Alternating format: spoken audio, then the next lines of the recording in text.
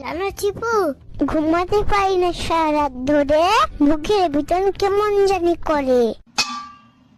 কেন হঠাৎ করে আবার ধরপড় শুরু হইল কেন?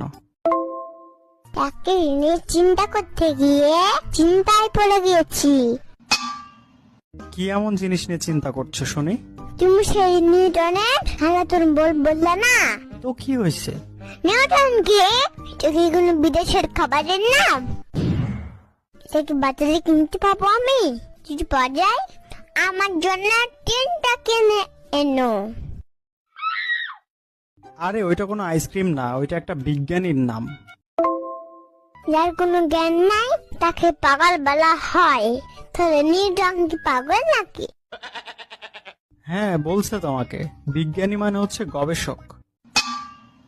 আর সে একদিন আপেল গাছের নিচে বসেছিল আর মাথায় আপেল পড়েছিল, ওখান থেকেই সে অনেক সূত্র বের করেছে। মতলব